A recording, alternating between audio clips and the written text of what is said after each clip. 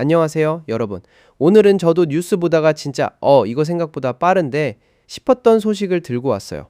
테슬라 FSD, 즉 풀셀프 드라이빙 얘기입니다. 유럽에서 지금 무슨 일이 벌어지고 있는지 차근차근 같이 보시죠. 혹시 아직 구독 안 하신 분들 지금 구독 버튼 한 번만 눌러주세요. 시작합니다. 자, 우선 배경부터 짚고 넘어가야 해요. 테슬라 FSD는 그동안 유럽에서 사실상 막혀 있었어요. 북미에서는 이미 수년째 유료 서비스로 운영 중이고 많은 오너들이 실제 도로에서 쓰고 있는데 유럽은 규제 환경이 워낙 달라서 승인 자체가 굉장히 어려웠거든요. 그런데 지난달 딱 한 나라가 유럽 최초로 FSD를 공공도로에서 허용하는 결정을 내렸습니다. 바로 네덜란드예요. 네덜란드의 자동차 규제기관인 GT-In데요. 처음으로 테슬라 FSD에 대한 공식 승인을 내준 거예요.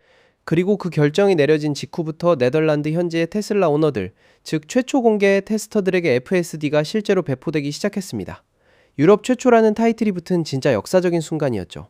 그런데 여기서 중요한 게 있어요. 유럽 내에서 자동차 규정 방향을 정할 때 많은 EU 회원국들이 RDW의 결정을 하나의 기준점으로 삼는다는 거예요. RDW가 이 기술은 안전하다고 판단해서 승인을 내주면 다른 나라들 입장에서는 우리도 비슷한 기준으로 검토해보자는 시그널을 받게 되는 겁니다. 그래서 테슬라의 AI 총괄 책임자인 아쇼크 엘루스와미도 이미 네덜란드 승인이 일종의 도미노 효과를 낳을 거라고 봤고 유럽 전체는 물론 글로벌 확산을 가속화하는 계기가 될 수 있다고 직접 언급한 바 있어요.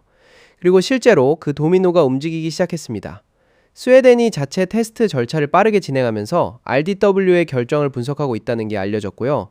여러 EU 국가들이 조용히 내부 검토에 들어간 상황에서 이번엔 벨기에가 굉장히 적극적인 움직임을 보이기 시작했어요. 그냥 우리도 검토해볼게요 수준이 아니라 실무적으로 직접 행동에 나선 겁니다. 주인공은 아닉드 리더라는 인물이에요. 벨기에 북부의 네덜란드어권 지역인 플란데런, 영어로는 플란더스라고도 하죠. 그 지역의 이동수단 담당 장관입니다. 드리더 장관이 이번 주에 공식적으로 테슬라 측에 요청을 했어요. 네덜란드 RDW가 FSD 승인 결정을 내릴 때 기반으로 삼은 데이터와 서류 일체를 플란데런 행정부에 넘겨달라고요. 그러면서 자신의 행정부에 이번 주 안으로 신속 형식 승인, 즉 빠른 호몰로가시오가 가능한지 여부를 명확히 하라는 지시까지 내린 거예요. 드리더 장관은 자신의 X 계정에 직접 이렇게 밝혔어요. 네덜란드의 테슬라 FSD 테스트 프로젝트에 이어 테슬라의 관련 서류를 이관해달라고 요청했다고요. 현재 행정부가 서류를 검토 중이고 이번 주 안에 신속 승인이 가능한지 명확히 하도록 지시했다고 했습니다. 그러면서 한마디를 덧붙였는데 혁신의 속도를 늦춰선 안 되고 사려 깊고 안전한 방식으로 가능하게 해야 한다는 거였어요. 이게 단순한 정치적 수사가 아닌 게 실제로 이번 주 안에 결론을 내리라는 구체적인 데드라인까지 못 박은 거거든요. 상당히 진지한 움직임이에요. 그리고 이 시점에서 한 가지 더 알아두셔야 할 게 있어요. RDW는 지금 단순히 네덜란드 내에서만 조용히 결정을 운영하는 게 아니에요. 현재 다른 EU 회원국들의 자신들의 검토 결과 안전지표 그리고 승인 결정의 근거가 된 데이터를 직접 설명하고 다니고 있어요. 일종의 유럽 전파 작업을 능동적으로 하고 있는 거죠. 벨기에가 이 흐름 속에서 빠르게 손을 든 건 우연이 아닙니다. 지리적으로도 생각해보면 당연한 움직임이에요. 벨기에는 네덜란드 바로 아랫동네잖아요. 네덜란드 국경과 맞닿아 있고 특히 플란데런 지역은 언어도 네덜란드어를 쓰고 문화적으로도 굉장히 가깝습니다. 내 이웃나라 운전자들은 이미 FSD를 쓰고 있는데 나는 국경 하나 차이로 못 쓴다.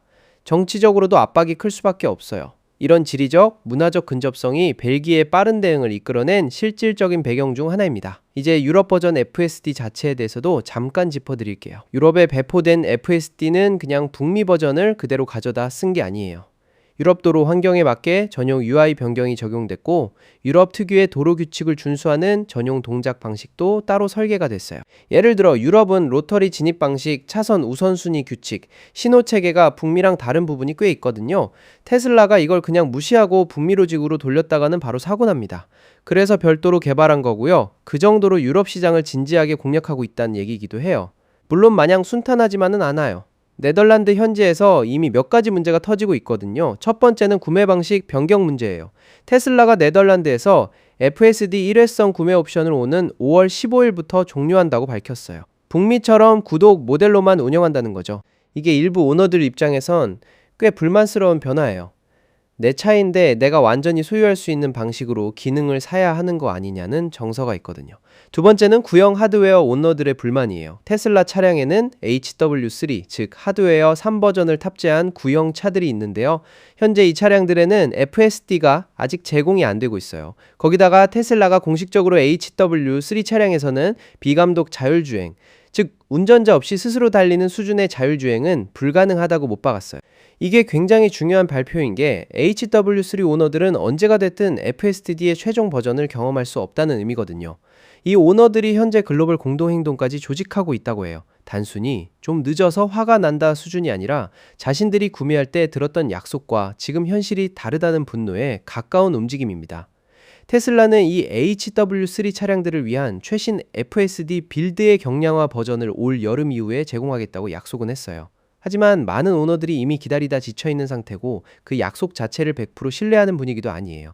이 부분은 유럽 FSD 확산의 긍정적인 흐름 속에서도 계속 주목해야 할 변수입니다. 그럼에도 불구하고 전체적인 방향성은 분명해요. 아이러브9에서 유럽 FSD 상황을 계속 지켜봐 왔는데 이번 벨기에의 움직임은 단순한 관심 표명이 아니에요. 장관이 직접 나서서 테슬라의 서류를 넘기라고 요청하고 행정부에 이번 주 안에 결론 내라고 지시한 거잖아요. 이 정도면 속도에 대한 의지가 있다고 봐야 해요.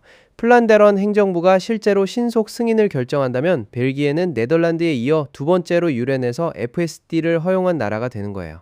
그리고 그 다음 도미노는 스웨덴이 될 수도 있고 또 다른 나라가 될 수도 있는 거고요.